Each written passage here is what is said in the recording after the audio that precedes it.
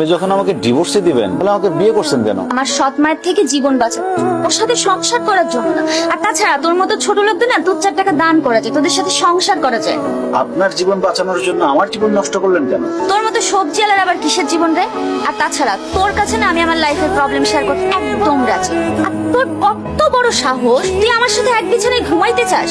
তোর নিজের লেভেলটা ভাবছোস একবার? তুই আমার সাথে আমার রুমে আমার বিছানায় ঘুমাইতে আসবি, এজন্য না আমি বালিশের নিচে গিফট রেখে দিয়েছিলাম।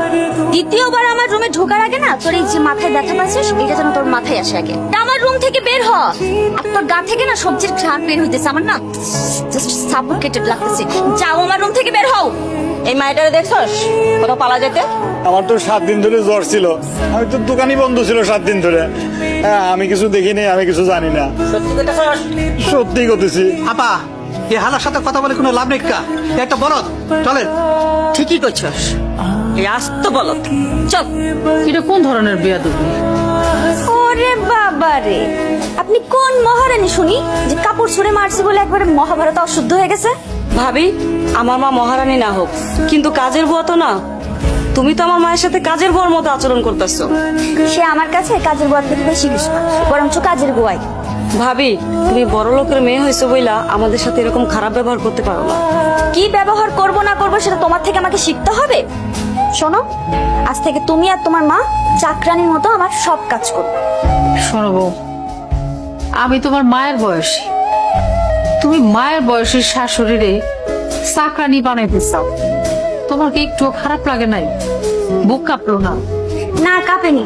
আপনাদের মতো ছোট লোকদের জন্য আমার কোনো সিম্প্যাথি কাজ করে না। আপনারা মা আর মেয়ে মিলে ময়লা কাপড় চোপড়গুলো এখন ধুয়ে রোদে শুকাইতে দিবেন, জান? ভাবি, অসম্ভব।